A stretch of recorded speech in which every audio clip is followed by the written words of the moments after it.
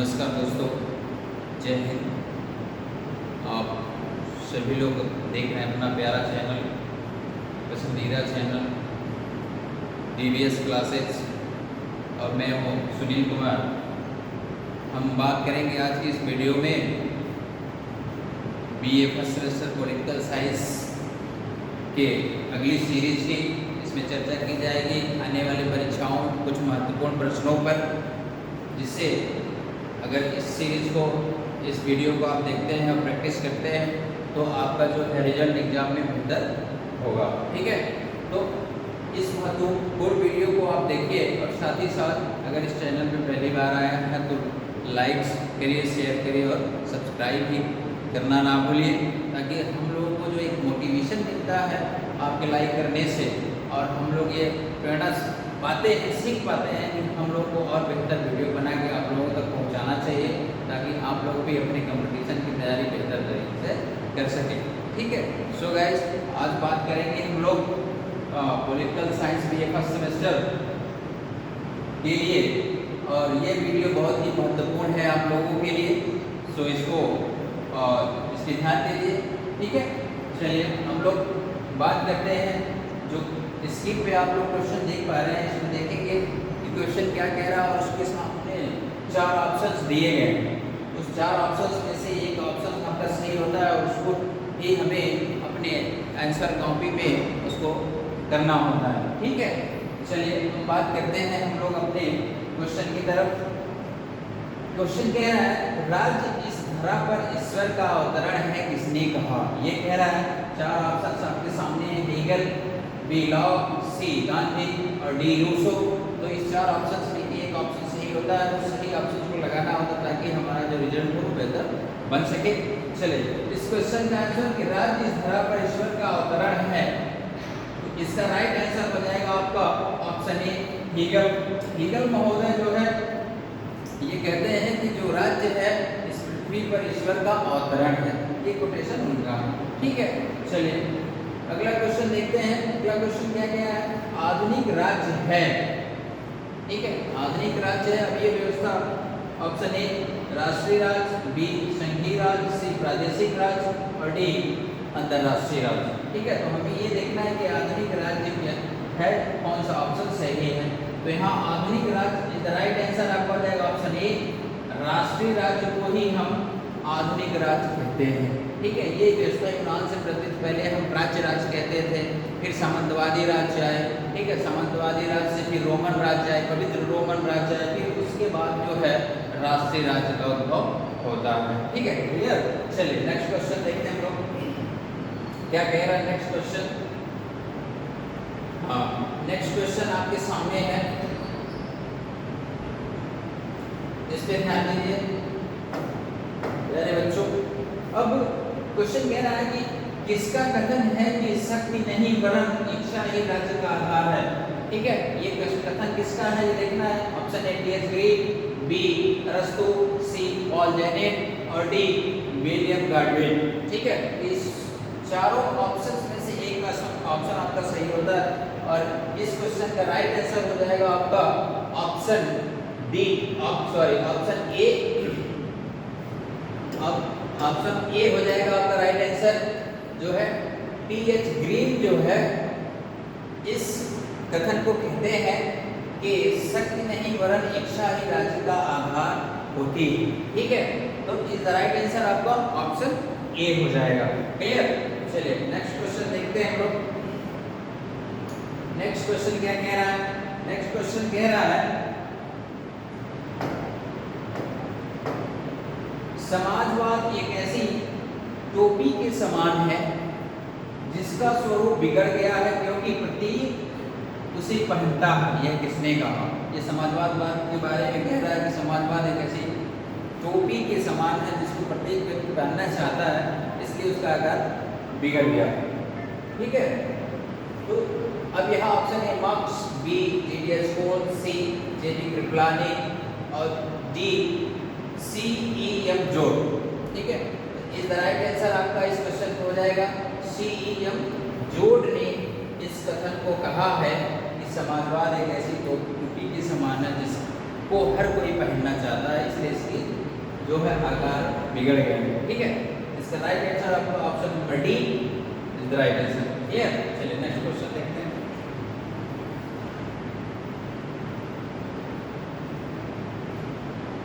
Next question क्या कह रहा है? कौन सी पुस्तक कार्ल मार्क्स ने नहीं लिखी है? Paris manuscript, German ideology, C science of logic, D critique of the Gotha programme. ठीक है, critique of the Gotha programme जो है किसने नहीं लिखा है? इसको देखते हैं।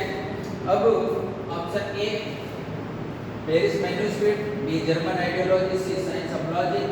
इस क्वेश्चन का राइट आंसर हो जाएगा आपका option number C science of logic जो है कार्ल मार्क्स के द्वारा लिखित पुस्तक नहीं है। ये पुस्तक लिखी गई है हीगल के द्वारा। ठीक है, हीगल ने इस पुस्तक को लिखा है, तो इसलिए ये जो है ऑप्शन नंबर सी आपका राइट आंसर हो जाएगा। ठीक है, चलिए नेक्स्ट क्वेश्चन देखते हैं।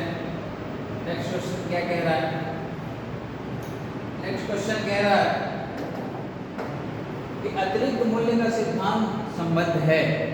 इस क्वेश्चन का किससे संबद्ध है अतिरिक्त मूल्य का सिद्धांत? तो ऑप्शन ए एडम स्मिथ से, बी जे.एस. मिल से, सी कार्ल मार्क्स से और डी हर्बर्ट स्पेंसर से।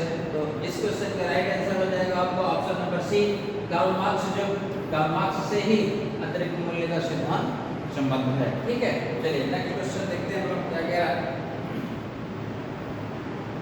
नेक्स्ट क्वेश्चन कह रहा है कि मार्क्स का जो है अंतिम लक्ष्य है। मार्क्स का अंतिम लक्ष्य क्या था? अब उसको देखना है। ऑप्शन ए वर्गविहीन समाज की स्थापना, बी समाजवाद, सी संपूर्ण समानता वाले राज्य की स्थापना और डी लोकतंत्र। तो जो मार्क्स था वो हमेशा से पूंजीवादी विचारधारा का विरोधी रहा और उसने साम्यवादी विचारधारा का समर्थन किया है। और साम्यवादी व्यवस्था ये कहता है कि जो है राज्य होना ही नहीं चाहिए, इसलिए वो कहता है कि वर्गविहीन समाज की स्थापना करना। इसलिए राइट आंसर आपका होगा ऑप्शन ए वर्गविहीन समाज की स्थापना करना मार्क्स का अंतिम लक्ष्य था। क्लियर? चलिए नेक्स्ट क्वेश्चन देखते हैं। नेक्स्ट क्वेश्चन क्या कह रहा है? किसने कहा कि संप्रभुता ही राज्य का वो लक्षण है जो उसे अन्य समुदायों से पृथक करता है? ठीक है, ये ऑप्शन ए अरस्तु, बी बोधा, सी ऑस्टिन और डी गेटल। इसको आप लोग देखिए, किसने कहा कि संप्रभुता राज्य का वो लक्षण है जो अन्य समुदायों से पृथक करता है? देख के बताइए, तब तक अपनी कमेंट में शेयर करते रहिए।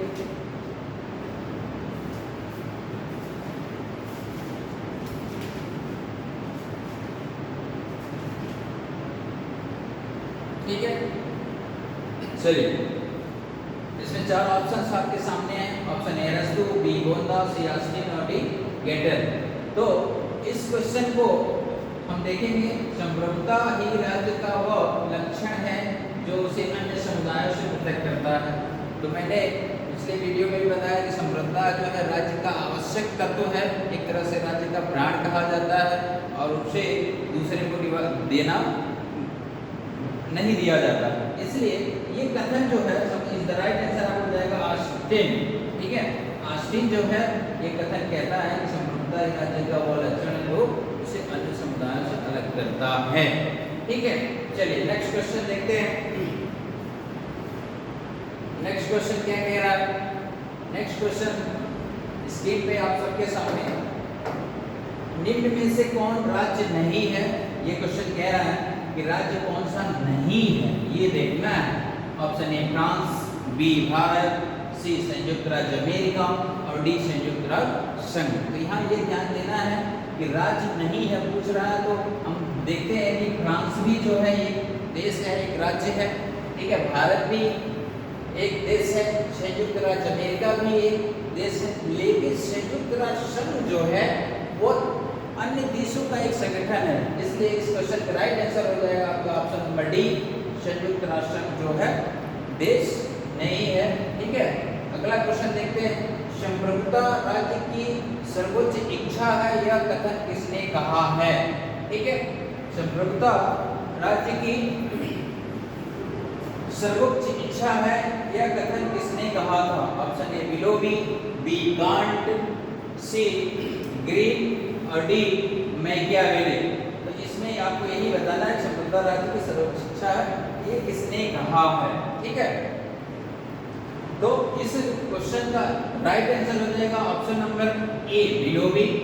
बिलोबी महोदय ने कहा था कि संप्रभुता राज्य की सर्वोच्च इच्छा है। ठीक है, तो नेक्स्ट क्वेश्चन देखते हैं हम लोग। नेक्स्ट क्वेश्चन क्या कह रहा है?